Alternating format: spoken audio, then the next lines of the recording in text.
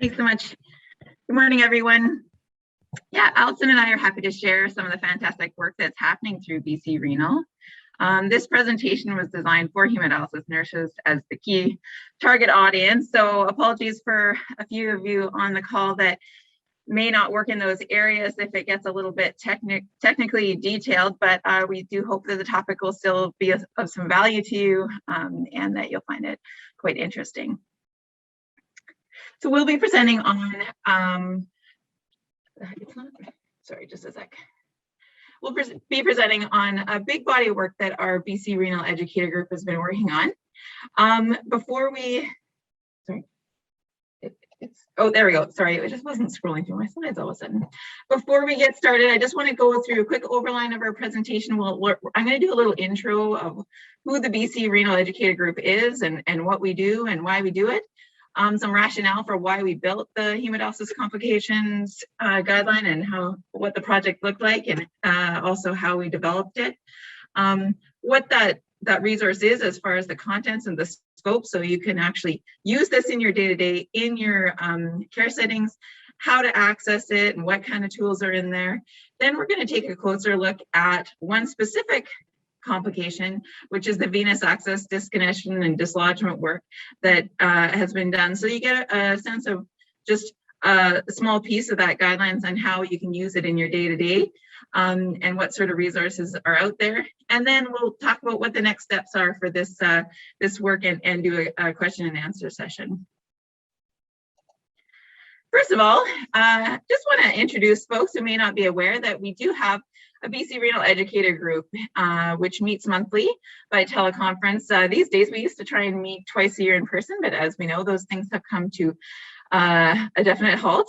The group is made of hemodialysis CNEs from each renal program in BC. We also have a manager representative on the group, as well as our very helpful project leads from BC PRA.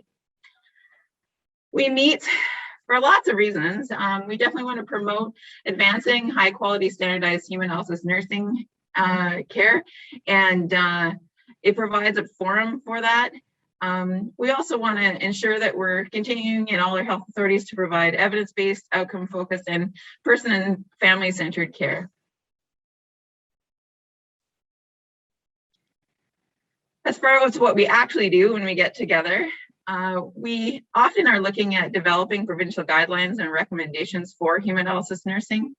There's a lot of knowledge exchange, and that means talking about just a discussion about our day-to-day practice issues and resolution, whether it be, a dialyzer that's causing an issue or just bouncing ideas off each other as far as how we train and some of the things that are popping up in our respective areas. We do also support the renal RNs and get those that are interested in getting their nephrology nursing specialty, like the CNAP, and a lot of you have probably been a part of the CNAP study group at some point in your career. We do organize the nursing breakout sessions for these lovely BC Kidney Days, and we also provide some renal educator mentorship support for our new educators. Now, as far as the actual guideline we're hoping to kind of present for you today, so why was it built? It turned out there was a lot of variation across our various health authorities in BC, and no doubt across the world on how we actually look at some of our hemodialysis complications and how we manage them. And we were hoping to kind of pool our resources and standardize and give recommendations on those. It is an important part of our day-to-day work in the hemodialysis unit is how do we best support the patients and support safety as we tackle some of these the complications that do arise. We will be putting the link, if you haven't already, the links up in the chat if you're someone like me who likes to look and listen at the same time as far as what that guideline is and what's in there, and we'll be presenting it a little later as well, but just so you know what that looks like.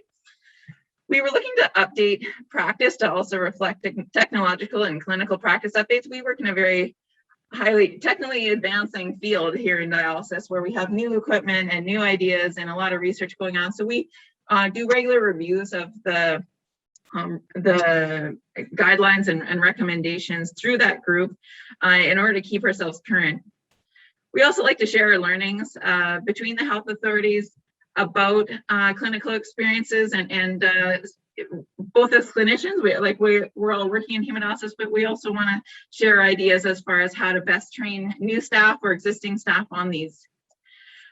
We also want to provide recommendations and references for the individual health authorities as they work to build and update their policies and procedures, and provide some of that the research resource for that, because it can be a lot of work.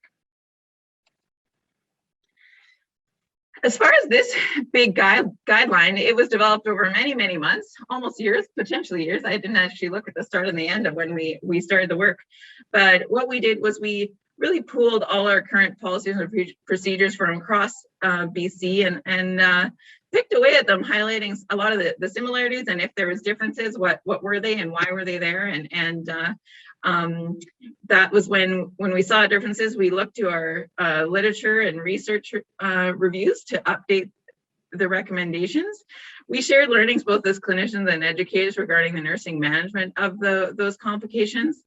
And once we had done a whole lot of tweaks and renditions and shared and reshared and approval, we brought it to our hemodialysis BC Renal Hemodialysis Committee, and that is where it was reviewed by a team of nephrologists from all across BC. Interior Health, Fraser Health, and Island Health were definitely all getting their 2 cents in there as far as what they how they would view things from a nephrologist lens. And then once those approvals were done, it went for final approval through the BC Renal Hemodialysis Committee, and that happened in January last year. So what's interesting is this is big work going on alongside all the COVID work. So you can imagine how how challenging that could be at times. So where do you find this when you're sitting there in your dialysis unit wanting to look over something or review a complication? It's not too tricky, and if you're familiar with the BC Renal website, you'll know what a great resource it is for finding clinical tools. But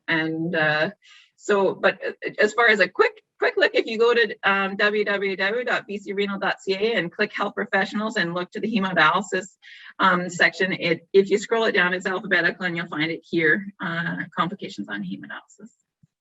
You can also always use the search function. Now, the contents and scope of this guideline, you can see, sorry about the small font, but this is the list of all the complications we reviewed in this guideline. And you can see it covers a lot of material. The topics covered go from the more common complications, such as hypotension and cramping that we see almost daily, often daily, but also the less common ones that we don't always feel quite as equipped to deal with, such as air embolisms and disequilibrium. So this is a really nice resource for review of those pieces and to keep everyone on the same page. These are all complications that are part of standard hemodialysis training here in the province. But truthfully, some are a little tricky because you can see things, some of them look more like signs and symptoms than a complication. And yet we do, if you are in the dialysis unit, see nausea and vomiting as a complication, knowing that it is also a sign and symptom of other things. So the document does help guide the reader back to those other areas if it's looking for root cause. So you'll find it hopefully quite user-friendly and helpful. For each of the complications, it is in a table format, and I'll show you an example on the next slide. Each has a definition of a complication. It highlights some of the possible causes that the clinician can be thinking of, what the signs and symptoms are, and what the correct nursing management of that is. For some of them, there's also helpful algorithms when you're doing that complex decision making, such as the hypotension, which we know there's a lot to consider when you're treating hypotension. And so you'll see here, sorry about the small font, but you'll see this is a really big document and just how comprehensive it is. And this is what it looks like in the table, where you'll look down the columns and you'll see each.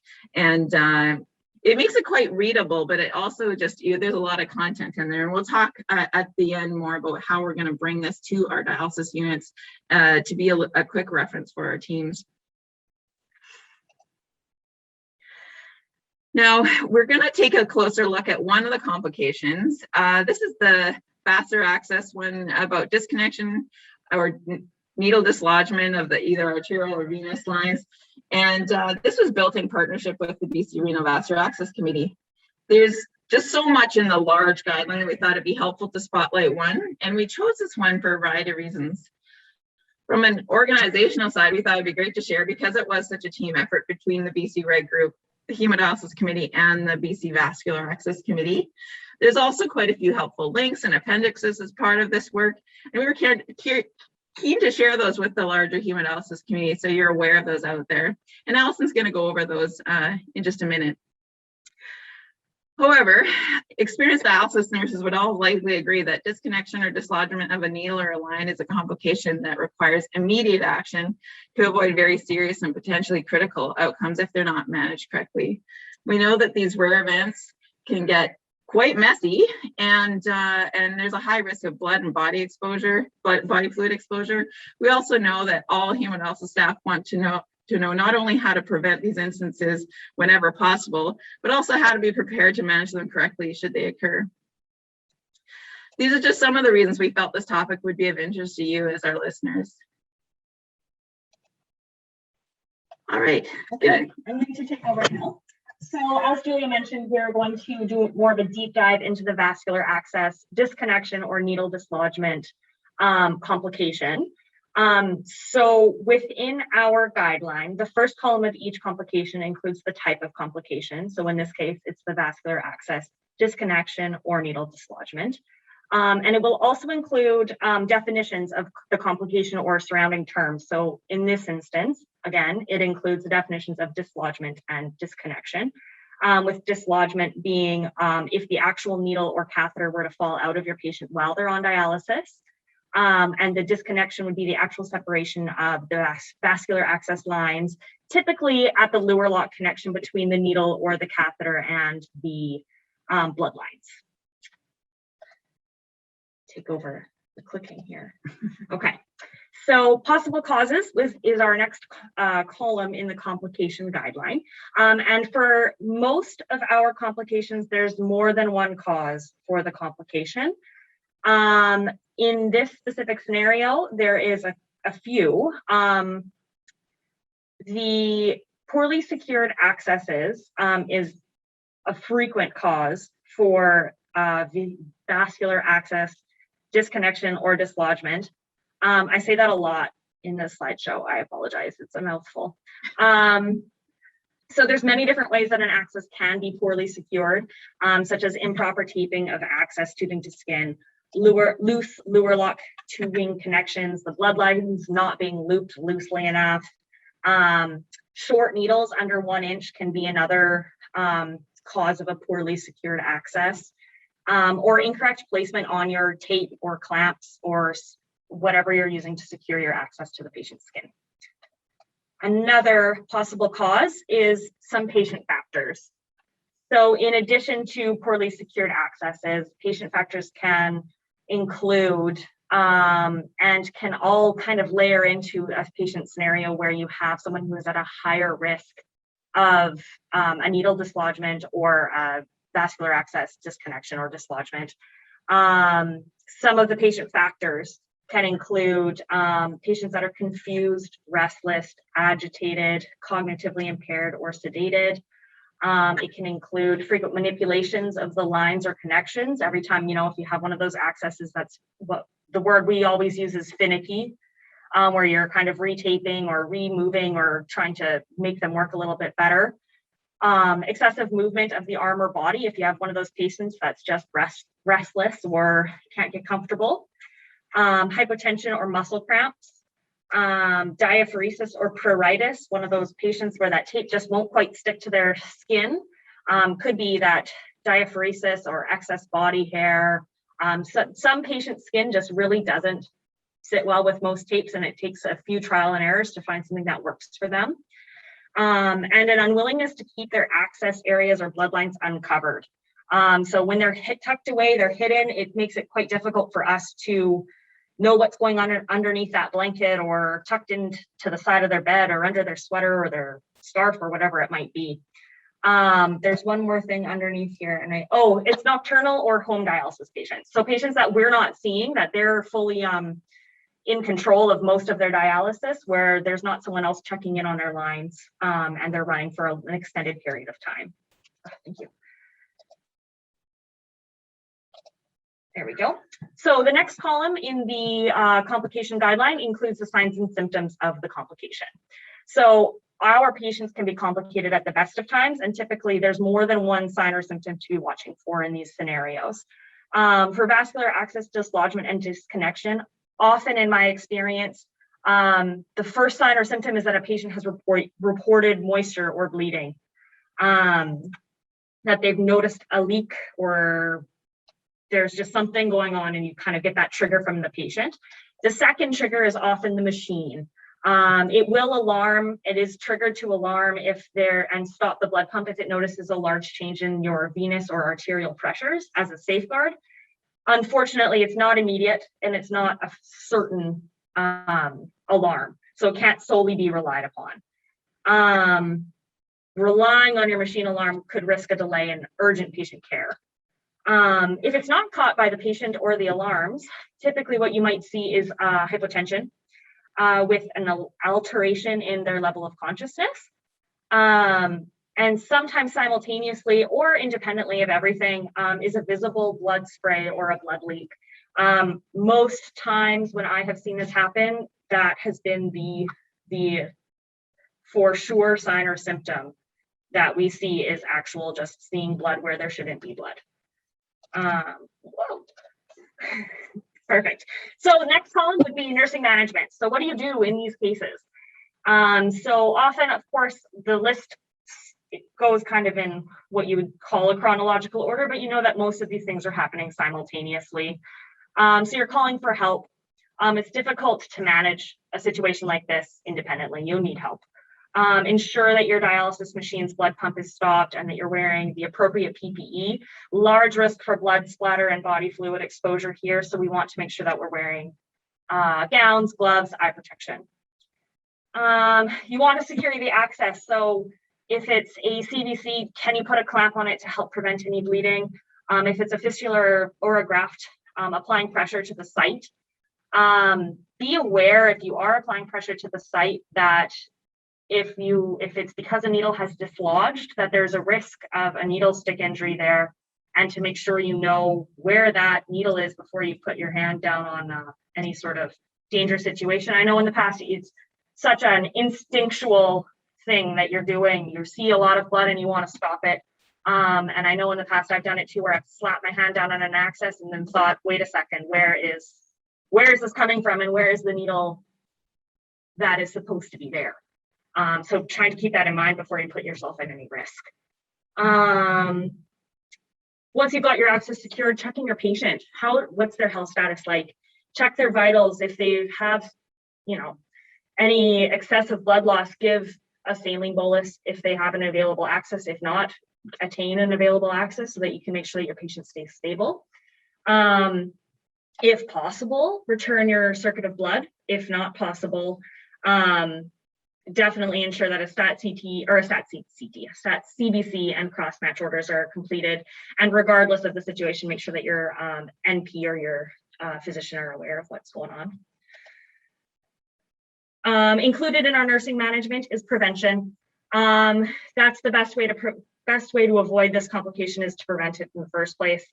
This includes securement of the access, the bloodlines, and the caps. You'll see a photo there of a properly secured fistula with some nice chevrons and the clamp in the perfect spot on their sleeve. I will go around and I'll adjust accesses so that they look like this if I see them not done this way on the unit, because I know that especially that yellow clamp and those chevrons can really help to prevent needles from pulling out unexpectedly. Proper securement of the access significantly reduces the incidence of needle dislodgement. Within the guideline, we can probably pop back to it unless people have pulled it up on their own. But we have included, as you can see, this Appendix 1, securing needles in the vessels. Links to these documents are included within our guidelines, so that if you are looking at this as a dialysis nurse, you can click into that link and you can see that Appendix 1, here are some options for securing the needles in the vessels. Everyone works a little bit differently. You use different tapes, you use different clamps, they wear different clothes. So there's not a one size fits all for securing your access. So this gives you some options on different things that you can use. In addition to making sure it's properly secured, we should be making sure that we're checking the access whenever there's an access alarm, whenever there's patient movement. I find we tend to shrug our shoulders sometimes or just clear alarms without assessing our patient. And that leads to increased risk of a needle dislodgement or that disconnection. So whenever you have one of those venous pressure alarms or arterial pressure alarms, it's important to visibly check the access. You're looking at that patient's arm or that patient's chest. You're looking at your bloodline positions, your luer connections, your clamps, everything like that. You're documenting checks on an HD log. So we in Island Health have added a spot within our run sheet on our log to say that we have checked that patient's access when we have done a patient vital signs, etc. To say that we have at least looked at it once an hour or once every half an hour, whether there's an alarm or there isn't an alarm. Another suggestion is to set the lower limit of the venous pressure alarm as close as possible to the current venous pressure. This way, if there is a pressure drop in your venous access, it alarms quite quickly. It doesn't have that same kind of gap that can potentially happen if you have very wide parameters on your venous side, or if they're just set too low. For patients at a higher risk of needle dislodgement, we do have moisture detectors. They look like this. And you can put them on you can attach them to the patient's needle site. And then it's kind of a first trigger if there is any excess moisture on there that can detect, and they screech at you and you can rush over and see what's going on with your patient. We also have included some patient teaching information within the guideline, and it's an important part of preventing these issues as well, this complication. So things such as keeping your access area and bloodlines visible at all times, because often they don't want to. They want to be all bundled up in their blankets and stay nice and cozy. Checking it frequently, and why your nurse might be checking your access frequently during dialysis and the importance of it. Avoiding touching the needles or the catheter or the connections, the tapes, the clamps, anything like that. And knowing and keeping in mind that your access is there and being aware of it when you are moving. We have some patients that actually ask us to tourniquet around their wrist and clamp it to the bed so that when they go to move around, it kind of stops them from moving their arms, things like that. We've also, in the guideline, we've included a link to the BC Renal teaching sheet. So that's this one here. And it's available within the guideline and on BC Renal, and it can be provided to patients, especially those that are at high risk. All right, so as far as our next steps, it's such a large, informative, information-dense guideline that we know that we can't just drop this on our hemodialysis nurses and expect it to be available at their fingertips when they need it. So as far as what the BC Reg group is next to discuss, we were going to be looking at how we get the word out and get our nurses feeling like they get regular review of these complications and they know what to do, especially those ones we don't see as often. So we'll be looking into how to best share the resource and building new recommendations into existing competencies and training, whether it be the brand new onboarding or circling back for our experienced staff. And also looking to update our local policies that we know don't always jive to align with those recommendations whenever possible and required. We also would love to eventually get these onto the Learning Hub to be a regular review, whether it be on an annual or biannual basis, so that we do have those moments, since there are large gaps between when we even think about things like, disequilibrium on the day-to-day, when you're not seeing it in practice in some of our maybe smaller units.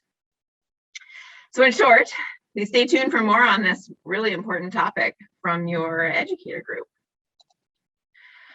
Before we move into the questions and answers, we'd love to give thanks to our colleagues on the BC Renal Educator Group for pulling together this comprehensive document, and together with the BC Renal Hemodialysis Committee, who were very supportive, and the BC Renal Vascular Access Committee for all their valuable additions.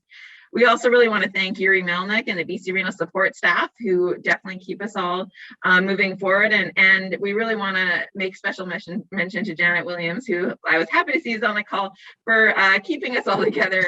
It turns out hemodialysis educators have really strong opinions.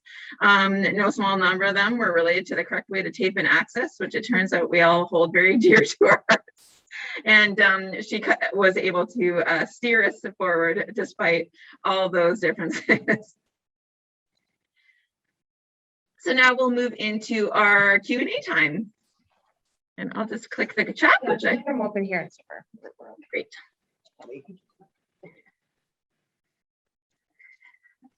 So here's a question from somebody. What types of blood leak detectors are used in the program, and how does it work?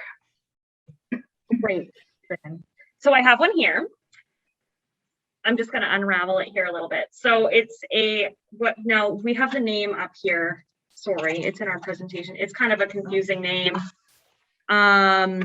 Your Eye Sleeper Excel by Ansacare, but there are a variety of options out there, and they are primarily based for enuresis, so bedwetting, and we're using them off-label. I know these are used in home dialysis as well, but we're starting to see them more and more in our hemodialysis units. So the actual device is a little white. We use these for multiple patients, and then we have a patient-specific actual connection, and it just plugs into itself and gives a little screech. And when it detects moisture, it gives a big screech, so you can't ignore it. I'll do it just so everyone knows that it's going to happen here.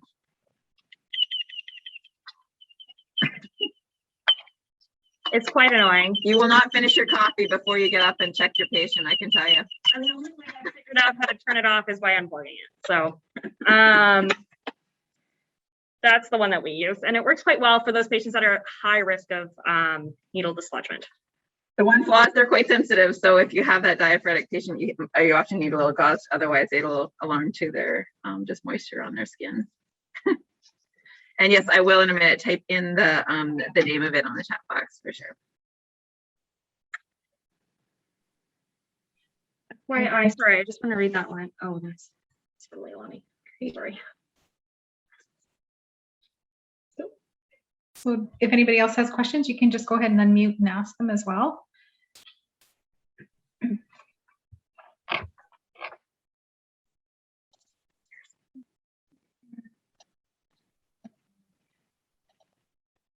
Here's one. Is an arterial access dislodgement or a venous access dislodgement more dangerous? I think we know both of them are quite dangerous depending on the scenario, but it's the venous needle dislodgement that I think strikes fear in a hemodialysis nurse's heart a little more quickly, because we know if an arterial access is dislodged, air will enter the circuit because it's under negative pressure. So the machine would stop once that air reaches the air detect. However, when it comes to the venous needle dislodgement, if the pump doesn't stop and that drop in pressure is not sensed and the patient is not aware and ringing their bell, there is the potential for severe exsanguination. So I think that's the one that we really hate to see and would do anything to avoid seeing for our patients, just because it is quite rapidly life-threatening.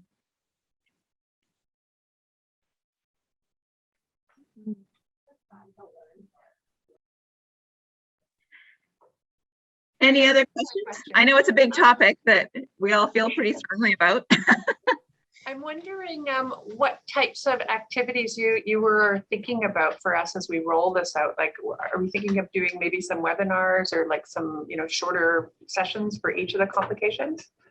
Yeah, I think having we're going to look to as far as what good quick reference material would be at the bedside that you can grab in a moment, find very rapidly, because we know some of these need to be managed immediately and you don't have time to do a deep dive into the BC Renal website.